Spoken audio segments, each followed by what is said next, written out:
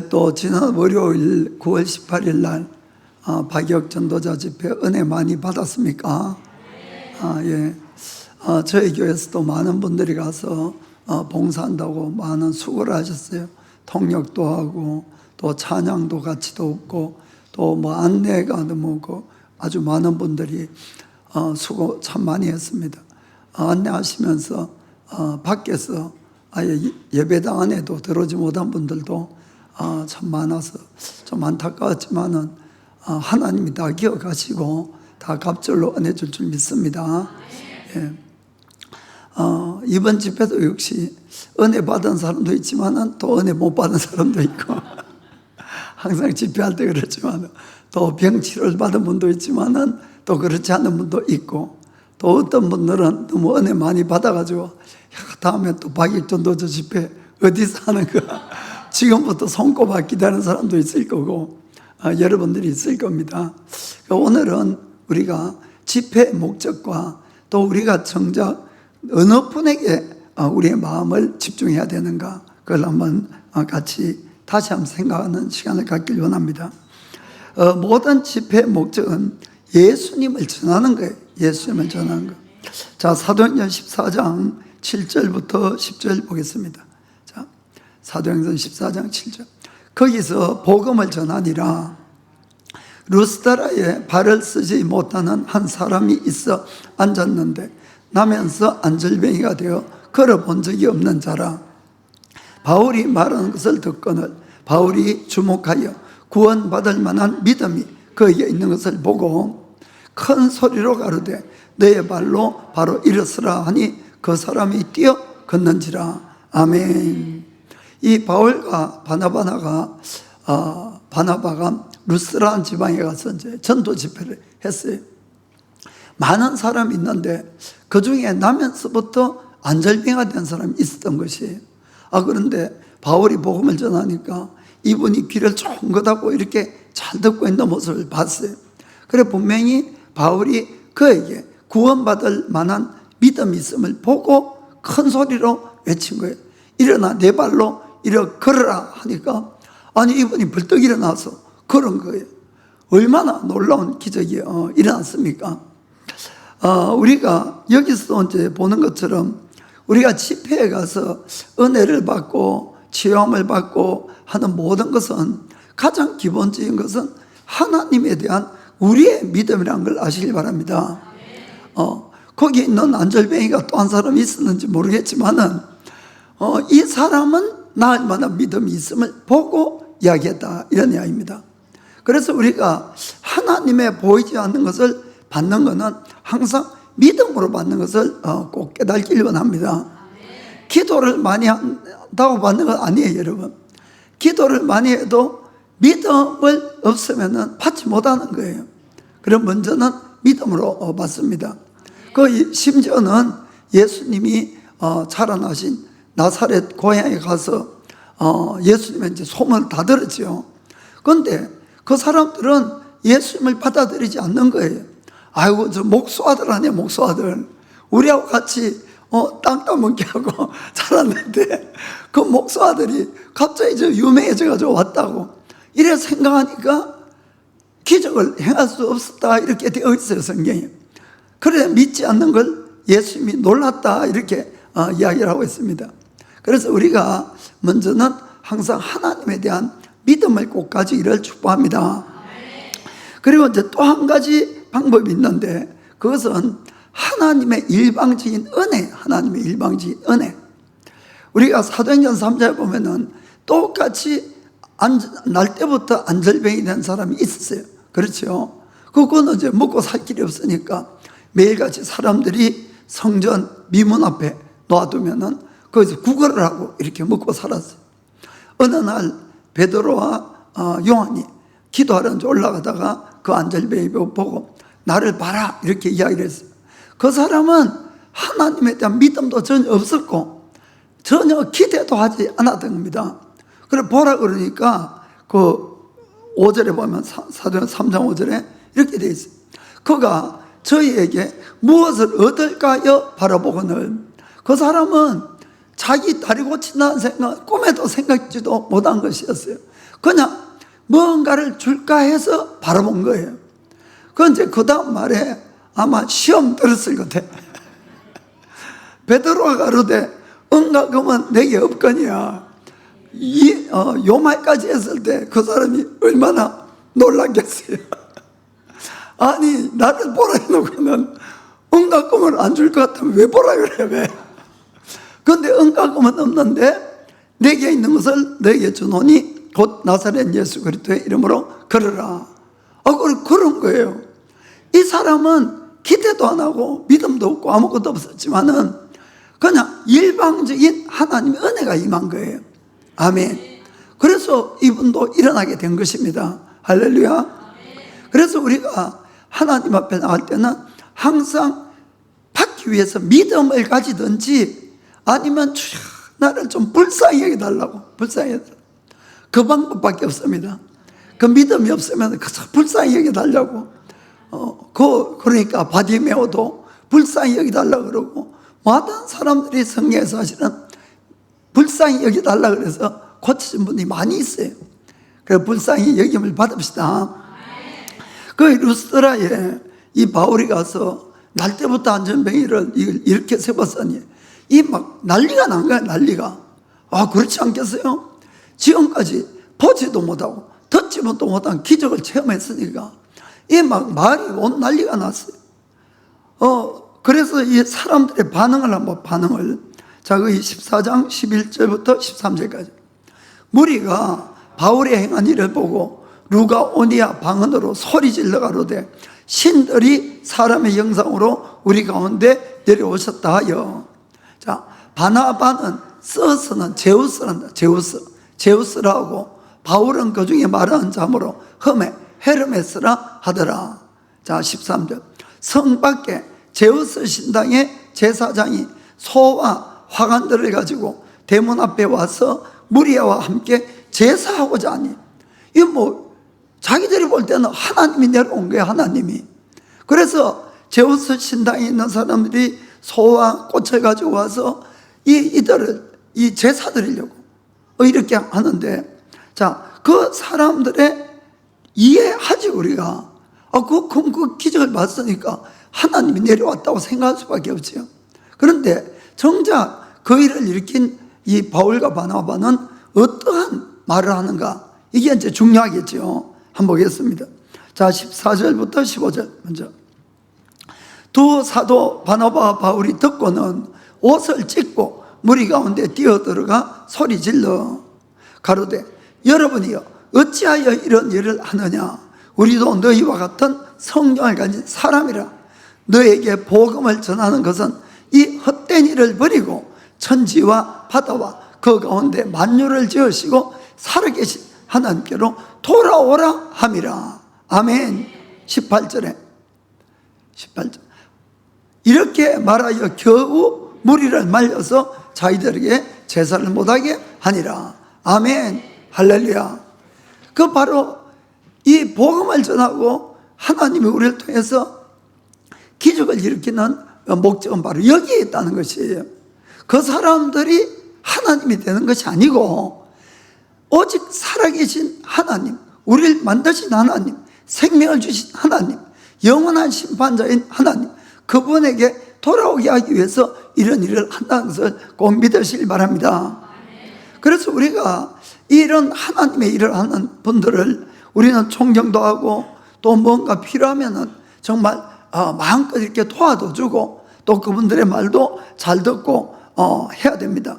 그러나 반드시 우리가 주의해야 될 것은 무엇인가 하면은 어떠한 기적을 일으키는 하나님의 사람이라 할지라도, 심지어는 사도 바울이라 할지라도 그들은 사람이지 하나님이 아니라는 사실이에요. 그리고 그 사람들을 우상화해서는 절대로 안 된다. 그래서 꼭 기억을 하시길 바랍니다. 우리가 마음이 따라가서 자칫 우상화를 하면은 그 사람들도 망치고 우리도 망하는 거예요. 무슨 말인지 아시겠죠? 그리고 그거는 절대로 안 된다는 걸 아시길 바랍니다. 그래서 이 사도 바울과 바나바는 자기들을 우상하려는 그 사람들을 옷을 찢어가면서 말리고 오직 살아계신 하나님께만 너희가 예배를 드리라, 이렇게 이야기를 한 것입니다. 우리가 이 참 많은 기적을 일으키는 세계에는 그런 많은 분들이 계시는데, 그런 분들은 아무리 큰 하나님의 능력이 나타나도 하나님의 능력을 흘러보내는 도구에 불과하다는 것을 꼭 여러분들이 명심하시길 바랍니다. 그렇기 때문에 우리가 이제 안수를 받고 이럴 때도 자꾸 그 사람에게 이렇게 집중을 할 수가 있어요. 그 사람에게. 그러면 오히려 그 사람에게 집중을 하면은 하나님의 능력이 안 흘러온다는 것도 여러분들 아시길 바랍니다. 그분을 통해서 일하는 하나님을 항상 봐야 되는 것이지, 자꾸 사람을 봐버리면은 오히려 아무리 안수를 여러분들이 근데 이렇게 앞에서 보면은 안수 받고 또 돌아서 받고 또 돌아서 받고 많은 사람이 있었어요. 그날도 많은 사람이. 그런데 똑같아 아무 일이 안 일어나요. 왜냐하면 이 사람들은 하나님께 집중을 하는 것이 아니고 사람에게 자꾸 집중을 해서 이 사람이 안수만 받으면 무슨 일이 일어나겠다 싶어서 자꾸 그렇게 하는데 절대로 아무 일이 안 일어납니다. 여러분, 그러면은 오히려 하나님께 집중을 하셔야 되는 거예요. 이분은 도구예요, 도구. 세계적으로 아주 유명한 병 치료하시는 목사님이 계셨는데 수많은 기적들이 일어나고 이렇게 했어요. 그런데 그분도 그런 말씀을 하셨어요. 나는 하나님이 사람을 치료하게 하는 도구에 불과하다고 한번 생각해 보라는 거예요. 내가 내 마음대로 사람들의 병을 다 낫게 할 것 같으면은 오늘 밤에 이곳에 온 모든 사람 다 나을 거라고. 그렇지 않습니까? 자기에게 기도받으러 왔는데 다 낫게 하고 싶지, 다 나을 거라고. 그러나 그렇지 않다는 거예요. 그것은 내가 마음대로 사람을 고치는 것이 아니고 하나님의 그분의 뜻에 따라서 병이 낫기 때문에 제발 여러분들이 꼭 하나님께만 마음문을 열고 하나님께 집중하시길 바랍니다. 이렇게. 아멘이에요, 아멘. 여러분, 그건 너무나 맞는 말이. 물론 우리가 그런 분들을 존경하셔야 돼요. 왜냐하면은 하나님의 능력을 그만큼 풀어내기 위해서는 그 한 사람 한 사람이 얼마나 많은 조심을 하고 얼마나 정말 뼈를 깎는 대가를 지불하고 있는 거예요, 매일같이. 우리가 그 점은 존경을 하고 우리가 따라가야 되지만은, 그러나 결코 그분들이 하나님은 아니라는 걸, 그건 여러분들이 꼭 명심을 해야 되는 겁니다. 그래서 이 사역자들은 예수님을 전한 분들이에요. 예수님을 전한 분. 그 사도 바울이 고린도후서 4장 5절에 이렇게 이야기를 합니다.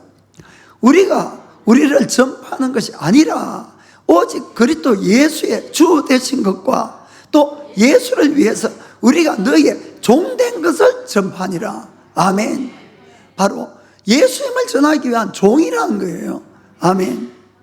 로마의 백부장 고넬리오라는 사람이 있었죠. 그런데 어느 날 천사가 나타나서 고넬리오에게 이 욥바에 지금 베드로라는 사람이 있으니까 그를 초청을 해서 복음을 들어라, 이렇게 이제 이야기 들은 거예요. 여러분, 천사가 소개한 사람이니까 어떤 사람이겠어요? 어떤 사람? 게다가 베드로에 대한 소문을 들어보니까 아니 이분이 설교 한번 하니까 막 3,000명이 구원을 받았고 이분은 안절병이도 일으키고, 아니 나중에는 이분이 걸어가는데 그림자만 닿아도 병자가 낫고 귀신이 떠나간 거예요. 그리고 지금 욥바에 와 있는 것도 거기 다비다라는 사람이 죽었거든요. 근데 욥바에 와가지고 그 다비다를 살린 거예요, 다시. 그러니까 이 고넬리오로 볼 때는 이 완전 예수님하고 똑같죠, 이게. 그래서 이제 초청을 해서 이 고넬리오 집에 이제 오니까 이 고넬리오가 베드로를 보고 어떤 행동을 하는가 보겠습니다. 자, 10장 25절 보겠습니다. 마침 베드로가 들어올 때에 고넬료가 맞아 발에 엎드려서 절하니 경배했다, 이렇게 되어 있는 것이에요. 이게 하나님처럼 경배하니까 베드로가 뭐라 그럽니까? 26절에 베드로가 이렇게 가로되 일어서라, 나도 사람이라 하고. 사람이란 거예요. 나를 경배하지 말고 나도 똑같은 사람이란 걸 이야기하는 겁니다. 우리는 이 하나님의 음성도 듣고 또 그런 사역도 하면은 완벽한 줄, 모든 사람. 전혀 실수도 없고 완벽하게. 그러나 여러분, 그렇지 않다는 걸 아시길 바랍니다. 어떠한 사역자도 다 연약함이 있고 다 인간이라는 걸 여러분이 아시길 바랍니다. 이 몇 년 후에 이제 베드로가 안디옥 교회 갔을 때에 어떠한 사건이 일어났어요. 베드로가 한번 위선하는 사건이 생긴 거예요. 그 구절을 한번 읽어보겠습니다. 자, 갈라디아서 2장 11절 12절 보겠습니다. 게바는 이제 베드로를 이야기해요. 게바하는 말은 히브리 말이고 페트로 하는 것은 그리스 말입니다. 게바가 바위란 뜻이요. 안디옥에 이르렀을 때에 책망할 일이 있기로 내가 저를 얼굴에 대고 책망했다는 것이 면책이 아니라. 자, 무슨 일로? 12절에 야고보에게서 온 어떤 이들이, 이 야고보는 누군가 하면은 예수님의 친동생이에요. 이분은 친동생인데 그때의 예루살렘 교회의 담임 목사가 야고보였어요. 그런데 예루살렘 교회에서 어떤 사람이 왔어요. 이러기 전에는 게바가 이방인과 함께 먹다가 저희가 오매 그가 할례자들을 두려워하여 떠나 물러가매라고 되어 있어요. 이게 무슨 말인가 하면은 야고보에 의해서 사람들이 오기 전에는 이방인들하고 이 베드로가 같이 식사도 하고 먹고 이러다가 사람이 거기서 오니까 자기가 슬그머니 같이 안 먹은 것처럼 이렇게 빠진 거예요. 그 얼마나 큰 위선입니까? 그래서 이 베드로가 어떻게 했는가 하면은 자, 거기 14절 보면 이렇게 되죠. 그러므로 나는 저희가 복음의 진리를 따라 바로 행하지 아니함을 보고 모든 자 앞에서 게바에게 이르되 너가 유대인으로서 이방을 쫓고 유대인답게 살지 아니하면서 어찌하여 억지로 이방인을 유대인답게 살게 하렸느냐 하였노라. 아멘. 참 얼마나 민망했겠습니까, 베드로가. 그러나 그걸 딱 정면에 대고 잘못된 걸 지적을 했다, 이런 이야기예요. 그러니까 여러분, 우리 인간은 인간이에요. 여러분, 하나님은 하나님이시고 그래서 아무리 유명하고 어떤 분들이라도 다 연약함이 있고 다 부족한 게 있다는 것을 우리가 겸허하게 늘 받아들여야 될 줄 믿습니다. 심지어는 하나님의 마음에 합한 이 다윗 왕조차도 그런 일이 있었잖아요. 그가 왕으로서 이제 또 전쟁을 나가야 되는데 자기는 전쟁을 안 나가고 부하들만 전쟁에 보내고는, 그리고 자기는 그냥 한가롭게 낮잠은 푹 자고 밤중에 저녁 무렵에 일어나가지고는 이 궁중 옥상에 가서 나무집에 목욕하는 걸 이렇게 보고 있으니까 거기에 괜히 또 유혹을 받아가지고는 간음죄를 저지르고 덮으려고 살인까지 하고. 여러분, 다 우리 인간은 똑같다는 걸 아시길 바랍니다. 그래서 늘 그 연약함을 안고 늘 겸손하게 우리가 하나님만 바라봐야 될 줄 믿습니다. 그래서 우리가 그런 사역하시는 분들을 정말 존경하고 또 필요가 있으면 돕고 그런 것을 얼마든지 하셔야 돼요. 그게 당연한 거고.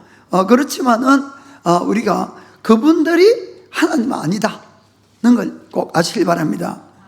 그리고 이제 또 한 가지 여러분들에게 부탁드리고 싶은 것이 있는데, 그것은 여러분들의 이 현재 비디오를 본 사람들도 그렇고 소속 교회 목사님이나 그런 집회에 있는 사역하는 분들이나 똑같이 존중하고 똑같이 여러분들이 순종하고 따라가야 된다. 그걸 꼭 말씀드리고 싶습니다.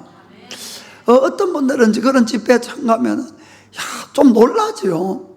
어떻게 진짜 저 병자인데 이 다리도 못 쓰고 휠체어를 타고 왔는데 진짜 그 자리에서 일어나는 경우도 많이 있어요. 사실 병이 났고 또 귀신을 쫓아내고 그분들이 회복되고 이런 것도 많이 봅니다.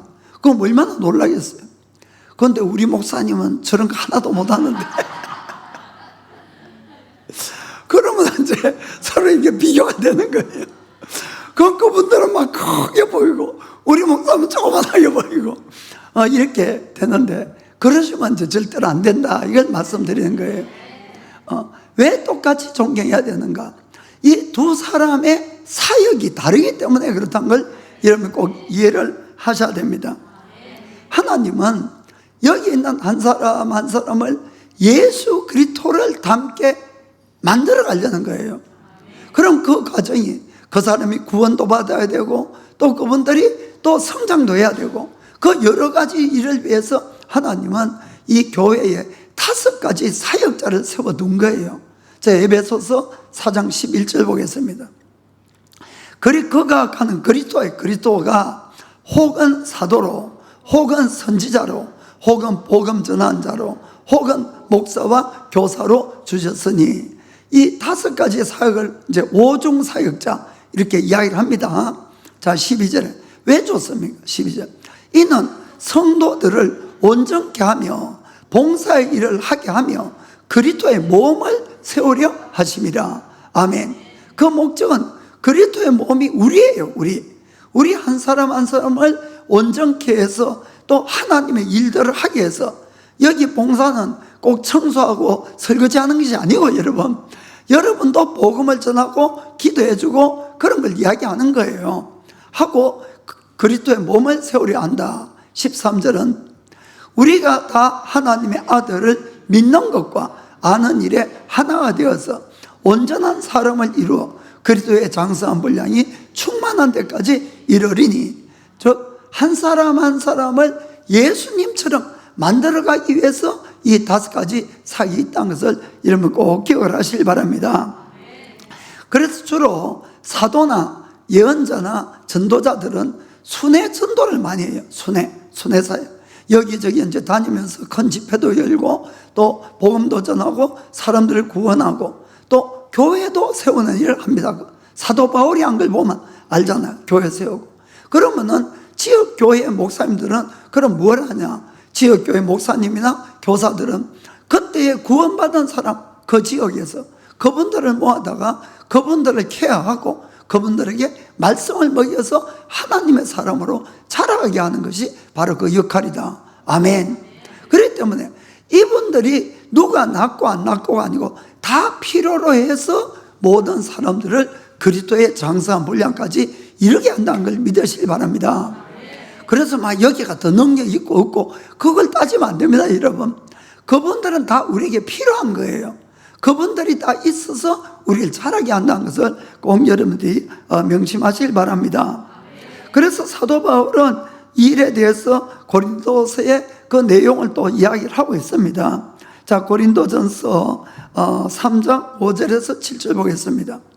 그런즉 아볼로는 무엇이며 바울은 무엇이뇨? 저희가 주께서 각각 주신 대로 너희로 하여금 믿게 한 사역자들이니라. 이 고린도 교회에 문제가 있었어요. 뭔가 하면은 나는 바울파다, 나는 베드로파다, 나는 아볼로파다, 나는 그리스도파다, 막 이렇게 나눠지는 거예요. 그러니까 이제 바울이 그런 게 어디 있냐고, 아볼로가 뭐고 바울이 뭐냐, 너들 믿게 한 사역자라는 거예요. 믿게 한. 그런데 이제 6절부터 6절 7절 보겠습니다. 나는 심었고 아볼로는 물을 주었으되 오직 하나님은 자라나게 하셨나니. 7절에 그런즉 심는 이나 물 주는 이는 아무것도 아니로되 오직 자라나게 하시는 하나님뿐이니라. 아멘. 여러분들 믿으시기 바랍니다. 그래서 이번에 이제 집회로 이야기하면은 박역전도자는 바로 바울 같은 역할을 해서 심는 역할을 하는 사람들, 심는 역할. 그러면은 각 교회의 목사님들은 뭐냐? 아볼로처럼 물 주는 역할을 하는 거예요. 물 주는 역할. 그게 둘 다 있어야 된다, 이런 이야기입니다. 그게 이제 우리를 믿음으로 이끌어가는 것이에요. 그렇게 한들 물 주는 자나 이 심는 자는 아무것도 아니로되 오직 자라나게 하는 하나님이 최고라는 거예요. 아멘. 그분에게 마음을 맞추시길 바랍니다. 그리고 일하는 자에 대해서는 8절에 이렇게 이야기를 합니다. 심는 이와 물 주는 이가 일반이나 각각 자기의 일한 대로 자기의 상을 받으리라. 아멘. 그래서 여러분들이 따로 분리하는 것이 아니고 다 필요하구나, 이렇게 여러분들이 꼭 생각하시길 바랍니다. 그래서 사람들을 구원하고 또 여러 가지 병도 고치고 기적을 하는 그런 분들도 또 존경을 하고 따르고, 또 여러분들에게 물을 주시는 각 지역 교회 목사님들도 존경하기를 축복합니다.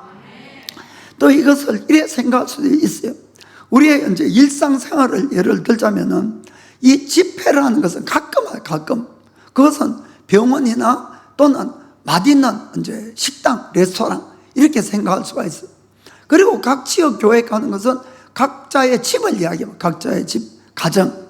자, 그러면은 아기를 배워서 일반적으로 출산하려면은 일반적으로는 병원을 가요.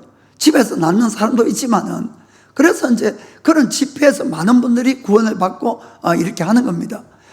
그날도 처음 예수님 믿는 사람 나오라 그러니까 한 300명 정도 나갔다 그랬는데, 물론 그분들이 다 처음 믿는 건지 그냥 한 번 더 나가고 싶어서 나갔는지 그건 모르겠지만 아무튼 간에 그렇게 이제, 그러니까 그럴 때 이제 많은 분이 구원을 받는 거예요. 사실은 예수님을 믿으려고 이렇게 작정도 하고 그러니까 이제 아기를 낳는 거예요. 그럼 낳으면은 병원에 계속 있는 것이 아니고 각자 집으로 다 돌아가야 된다, 이런 이야기입니다. 각자 집으로. 그래서 그 각자 집에서 이제 성장을 해 간다는 걸 아시길 바랍니다. 그리고 이제 늘 집에서 똑같은 음식만 먹으니까 또 가끔 외식하고 싶잖아요. 그러면 이제 그런 집회 가서 또 새로운 말씀도 듣고 또 새로 음식을 먹을 수가 있어요. 그럼 여러분, 매일 외식하면 그 사람 건강이 좋겠어요, 안 좋겠어요? 안 좋은 거예요, 사실은 그거는. 왜냐하면 늘 그런 전도 집회만 따라간다고 그 사람이 성장하는가 하면 안 하는 거예요, 여러분. 그 다른 거에 성장하고 집회에 늘 따라다니는 거는. 결국은 성장은 각자 집에 돌아가서 거기서 매주 또 하나님의 말씀을 먹고 하나님께 예배드리고 거기서 자라가고, 또 중요한 것은 교회에 있어야지 부딪힘이 있는 거예요, 여러분. 성장은 여러분 절대로 그냥 아무 일 없이는 성장하지 않습니다. 어려운 일이 있고 힘든 일이 있고 부딪히니까 그것을 내가 말씀을 붙들고 승리할 때 성장하는 거예요. 그래서 자꾸 교회도 옮기시면 안 됩니다, 여러분. 옮기면은 성장을 안 되는 거예요. 힘들어서 자꾸 도망가는 거지. 그래서 부딪히는 것은 내가 말씀과 내가 주님으로 말미암아 기도로 이겨나가야 되는 겁니다. 그래야 성장할 수 있다는 걸 믿으시길 바랍니다. 그래서 우리가 정말 한 사람 한 사람 여러 가지 사역을 통해서 믿음에 들어가고 예수 그리스도에게로 더 닮아가는 우리가 되기를 주님으로 축복합니다. 자, 그 다음 우리 생각할 것은 가장 존귀한 분은 우리 속에 계시다는 것을 항상 인식하자는 겁니다. 우리가 그런 집회에 가서 아주 대단한 하나님의 이제 기름 부으심을 받고 능력 있게 사역을 하고 이런 거 보면은 너무 멋있게 보이죠, 사실. 매력적이고 막 반해버리죠. 또 반해버려. 그러니까 막 너무너무 좋아가지고, 아니 어떤 분들은 뭐 안수를 받으러 갔는지 혁전도자 붙들러 갔는지 안수하는데 손을 붙들고 안 오는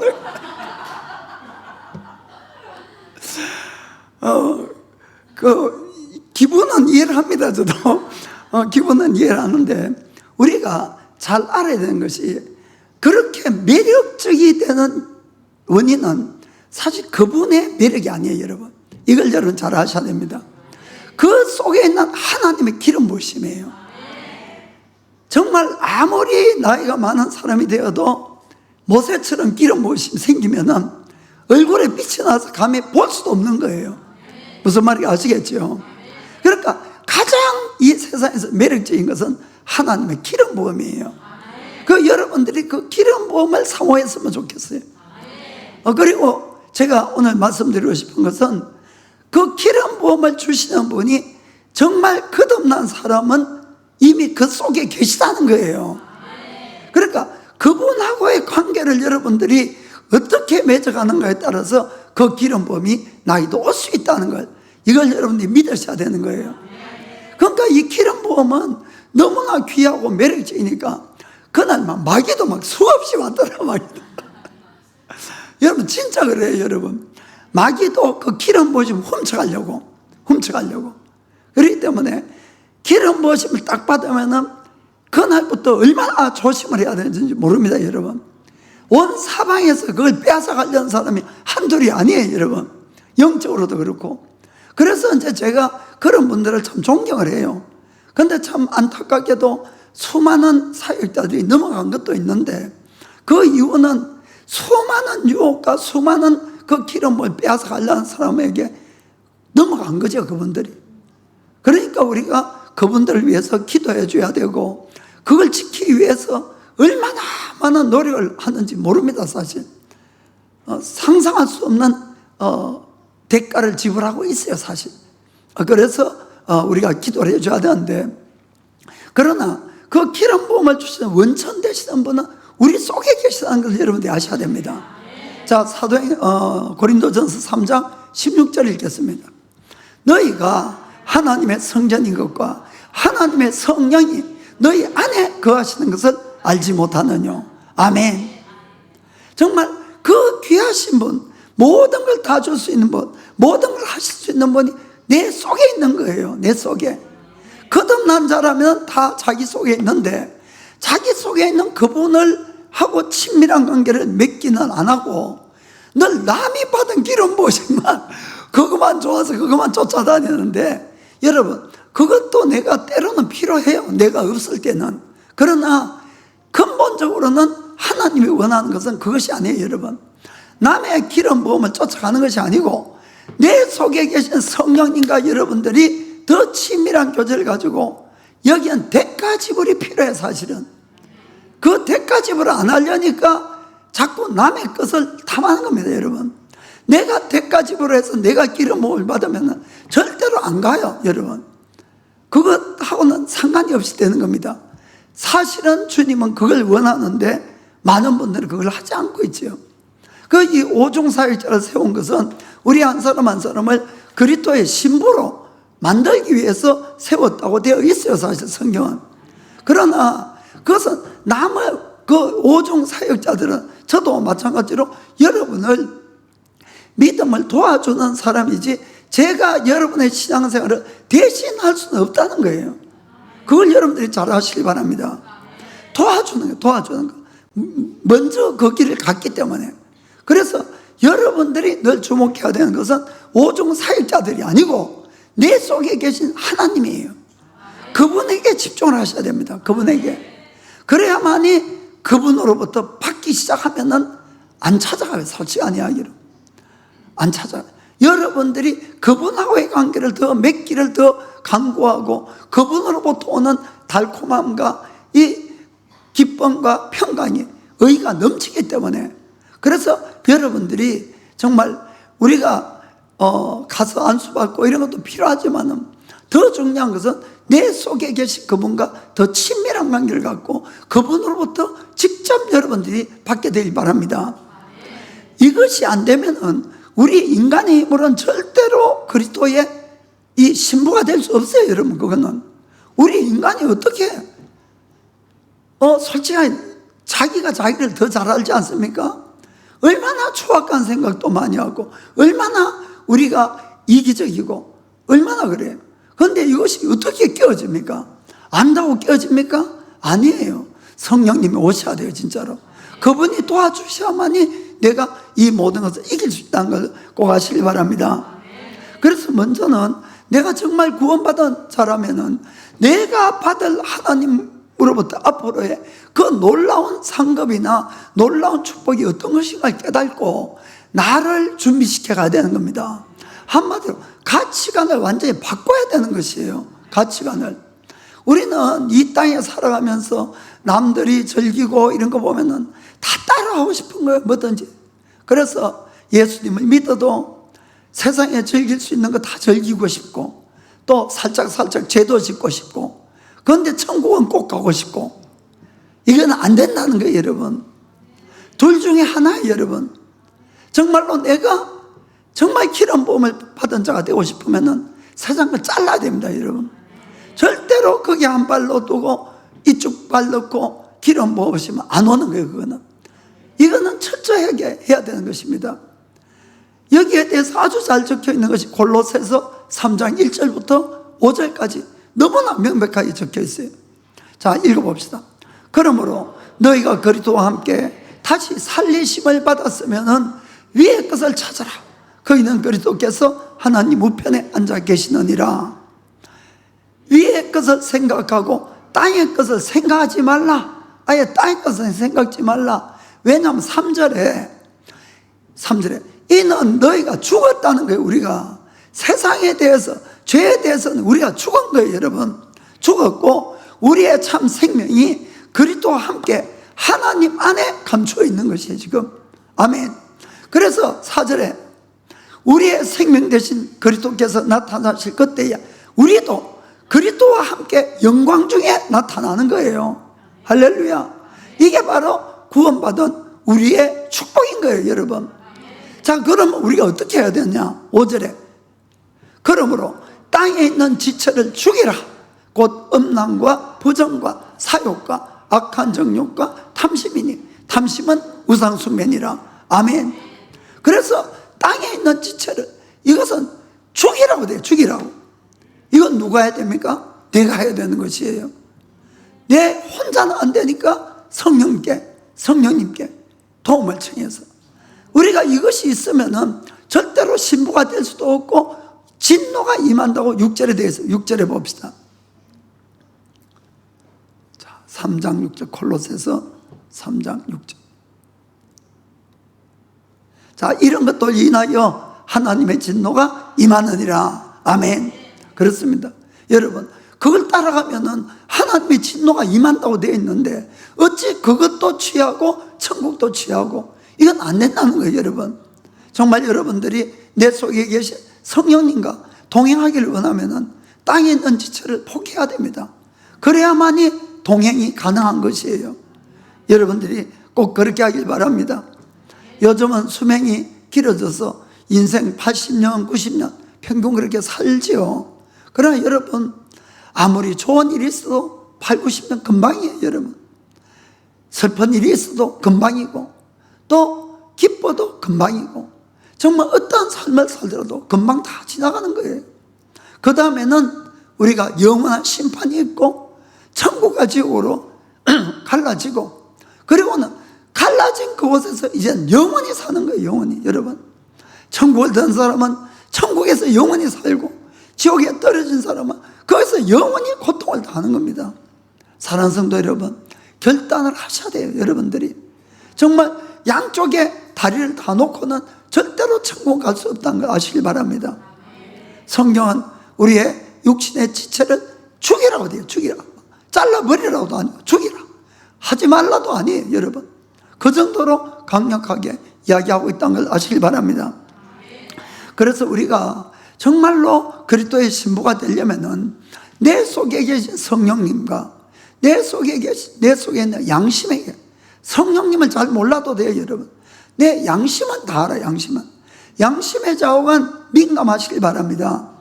그래서 양심이 아니야 하는 신호가 오면 안 해야 돼요. 여러분, 그리고 양심이 기뻐하면 행하시길 바랍니다.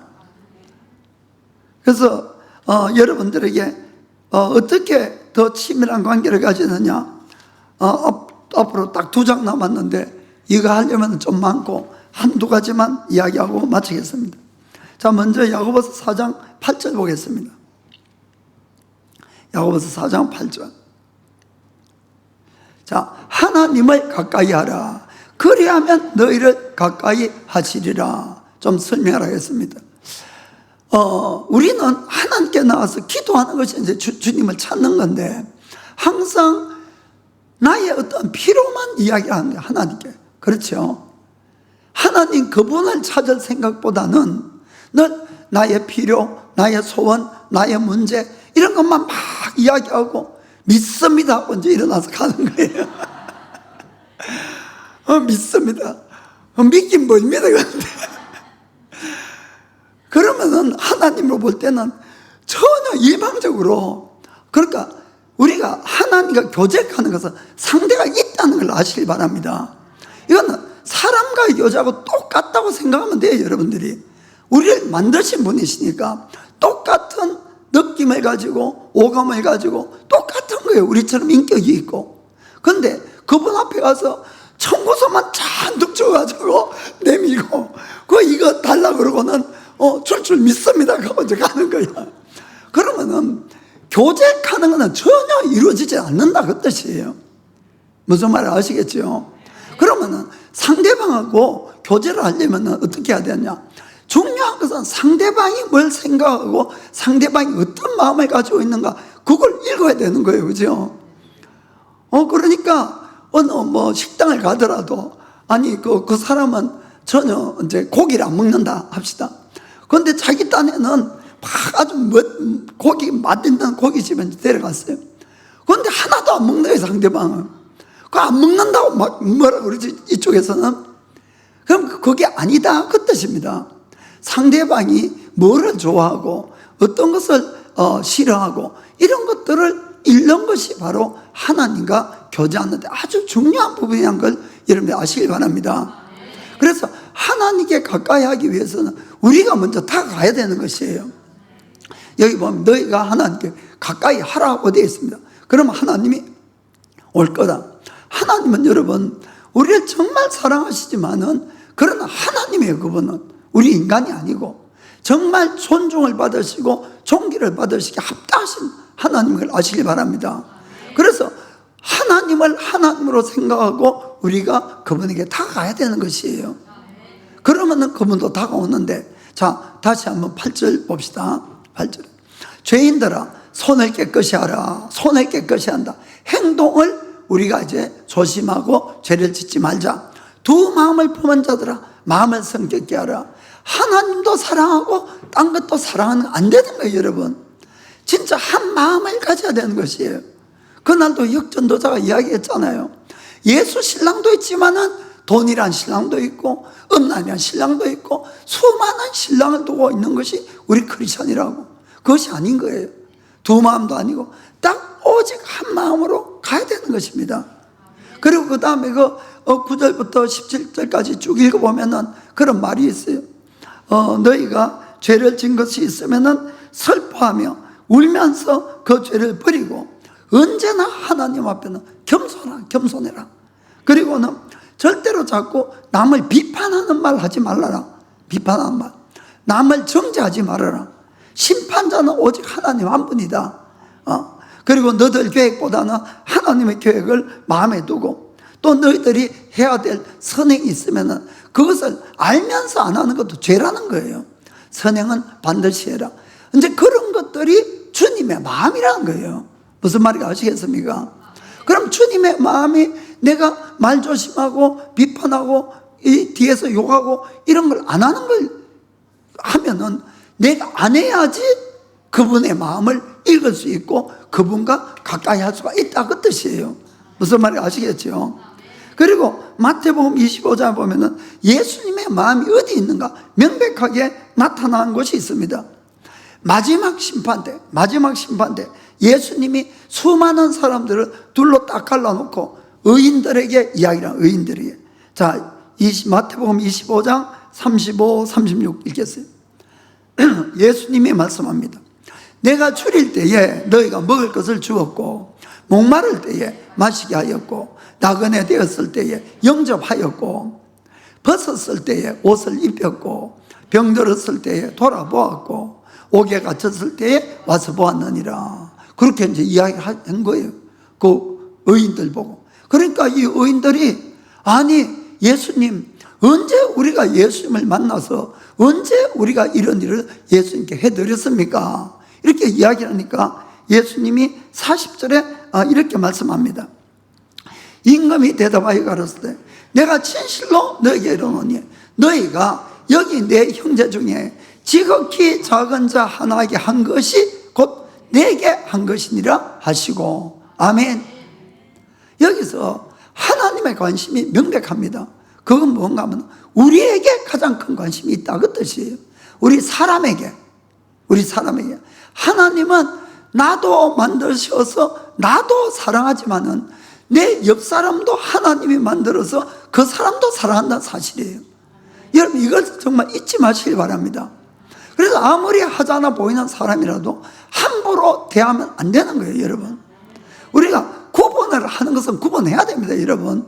또 혼낼 건 혼내고 하지만은, 그러나 그분을 함부로 대하는 것은 하나님을 함부로 대하는 거예요. 그걸 주님이 분명히 말씀한다는 것입니다. 그래서 우리가 내 주위에 있는 힘들고 어렵고 병들고 이런 사람이 있으면 그 사람들을 내가 불쌍히 여기고 그 사람들을 도와주는 것이 바로 주님의 마음이라는 거예요, 그게. 왜냐하면 우리를 사랑하는 주님의 마음. 그렇기 때문에 우리가 그런 낮은 마음을 가지고 사람들을 대하고 겸손한 마음으로 대할 때, 그래서 성경은 늘 남을 나보다 더 낮게 여기라 이렇게 이야기하는 거예요, 여러분. 우리가 그런 마음으로 우리가 사람들을 대하면은 그게 주님의 마음인지 읽어지기 시작한다, 그 뜻입니다. 그러면 하나님이 관심을 가진 것도 나도 관심을 가지고 내가 실제로 행해야 되는 것이 행해야 된다. 그럴 때에 주님께서 놀라운 이 친밀감이 서로 교감이 될 수 있다는 걸 아시길 바랍니다. 그래서 초대교회를 보면은 교회들에게 권면하는 것도 그렇고 항상 교회에서는 구제를 하는 게 구제를. 그래서 우리가 또 하나는 하나님의 이 마음은 성경책에 다 기록되어 있어요, 사실. 그래서 우리가 매일같이 성경을 읽고 묵상을 함으로 말미암아 딴 것이 아니라 여기에서 하나님의 마음을 내가 읽는 거예요. 그 마음을 자꾸 가지려고 애를 쓰는 겁니다. 이것이 바로 주님과 친밀해지고 주의 음성을 듣는 첫 발걸음이 된다는 것을 아시길 바랍니다. 그래서 이제 기도를 무조건 막 기도만 하지 마시고, 하나님은 사실 우리의 필요를 이미 다 알고 계신다고 성경 말씀하고 있습니다. 그것보다도 그분의 뜻을 알고 그분과 더 친해지고 그분의 뜻을 이루어가는 것이 더 중요한 거예요. 그러면은 모든 건 다 이루어 주십니다, 여러분. 걱정하지 마시고. 그러면은 그분의 뜻을 알기 위해서는 말씀을 읽어야죠. 그 기도하다가 뭔가 좀 생각나는 성경 말씀이나 또 마음이 있으면은 그 구절을 찾아도 돼요. 기도하다 찾고 읽고는 그 구절을 한두 구절만 읽고, 많이 읽으면 못 외우니까 한두 구절만 읽고 여러 번 반복해서 묵상을 해보세요. 묵상을. 그러면 신기할 정도로 이것이 묵상을 하면 할수록 이 진리가 더 깊이 깨달아지고 알게 되는 것이에요.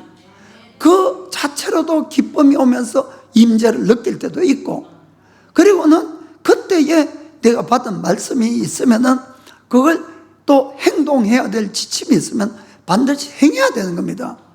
죄를 버리라 그러면 버리고, 누구를 도와라 그러면 돕고, 누구에게 더 상냥하게 사랑을 베풀라 그러면 친절한 말을 하고, 그렇게 행할 때 우리가 변화가 일어나고 성장이 있고 주님의 신뢰를 얻으면서 더 깊은 관계가 되는 겁니다. 그러면은 그럴 때마다 하나님은 반드시 기쁨을 주세요. 우리에게 새 힘을 주시고, 그럼 여러분들이 주님과의 이 교제가 점점 쉬워지게 되는 것이에요.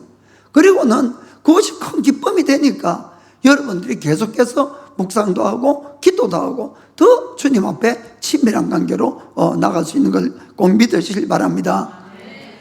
하나님은 우리 속에 와 계세요. 그래서 우리가 누구에게 가서 사실은 기름 부음을 달라고 할 것도 없어요, 여러분. 우리가 스스로 그분으로부터 받을 수 있다는 것을 정말 믿으시길 바랍니다. 그리고 그것이 되면은 우리가 정말 예수님의 신부로 점점 자라갈 수 있는 것입니다. 정말 그렇게 해서 여러분들이 늘 주님과 더 친밀한 관계를 가지시고 주님으로부터 지혜와 능력을 받고 정말 늘 빛나는 그런 크리스찬이 되기를 예수님의 이름으로 축복합니다. 자, 기도하겠습니다.